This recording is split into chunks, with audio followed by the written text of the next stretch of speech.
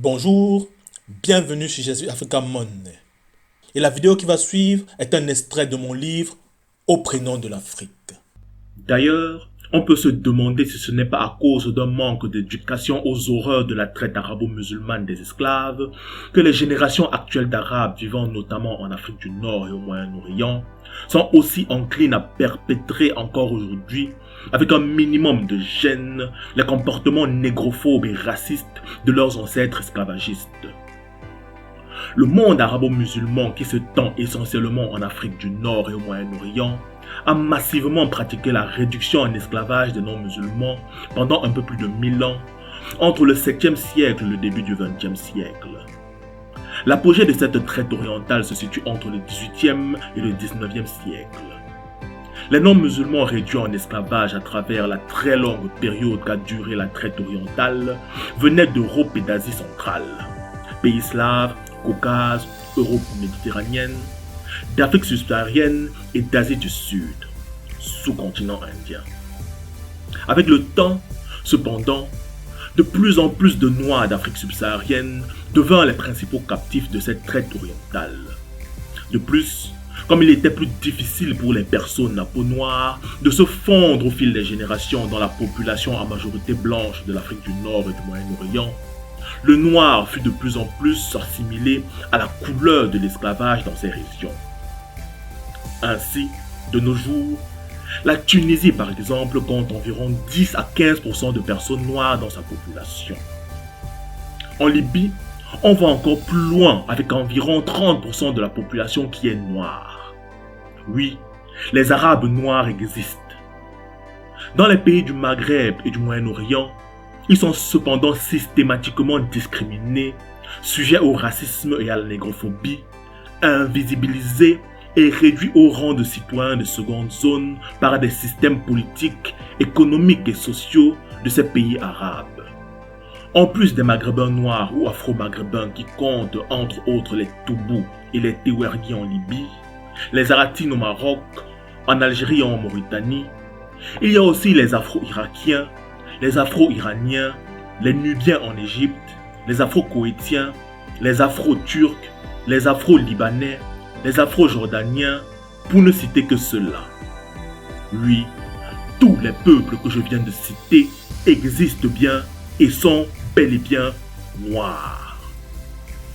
Mais dans leur propre pays, ils sont victimes d'invisibilisation et de racisme systémique de la part de leurs propres concitoyens.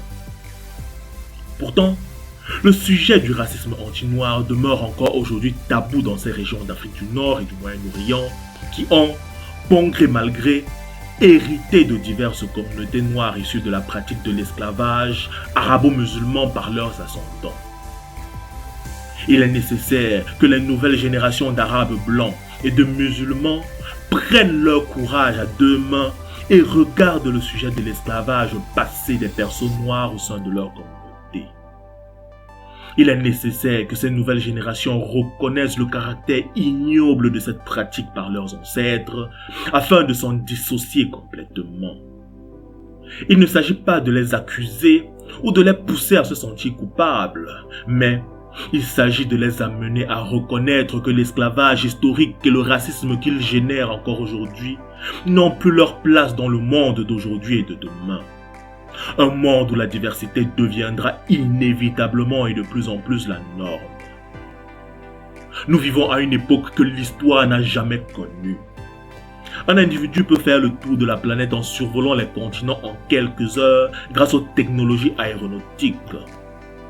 Une information peut se diffuser d'un bout de la Terre à l'autre en quelques secondes grâce aux technologies de l'information.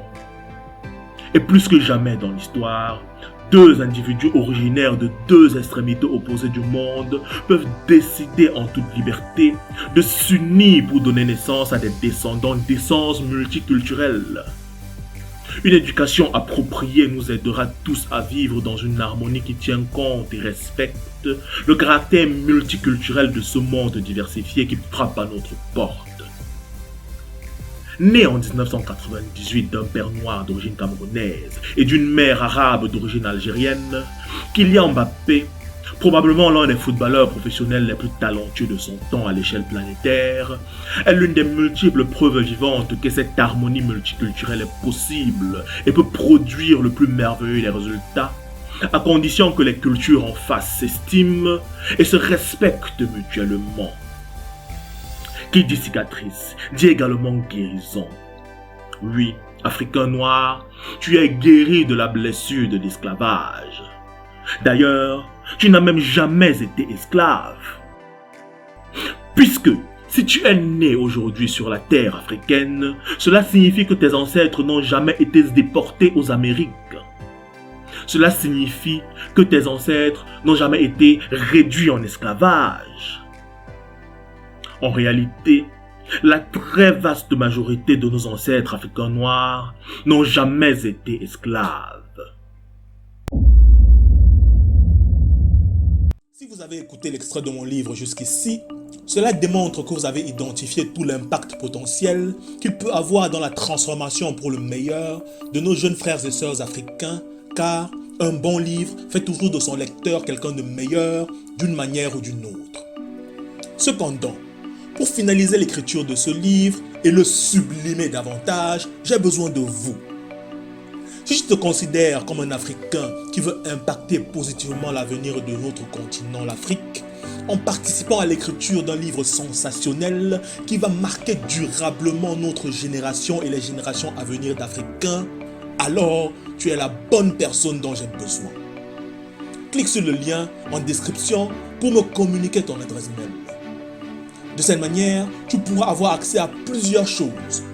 Premièrement, tu auras le privilège d'être ajouté au groupe privé des autres Africains qui, comme toi, ont décidé de participer à la finalisation de l'écriture du livre au prénom de l'Afrique afin de le sublimer. Tout ce que tu auras à faire, c'est d'écouter les extraits audio du livre qui te seront envoyés une fois par semaine par email et donner ton avis et tes suggestions d'amélioration du livre. Deuxièmement, tu auras ainsi accès gratuitement et avant tout le monde à l'intégralité de la version actuelle du livre au prénom de l'Afrique en format audio. Troisièmement, et surtout très important, en t'inscrivant à cette liste email, tu auras le privilège de précommander le livre au prénom de l'Afrique avant sa sortie officielle avec 60 à 70% de réduction sur son prix de vente. Alors, n'attends plus. Clique sur le lien en description, inscris-toi et rejoins-moi dans cette formidable expérience d'écriture qui va contribuer à la prospérité de notre continent. En attendant, je te souhaite une bonne écoute de la suite de cette vidéo.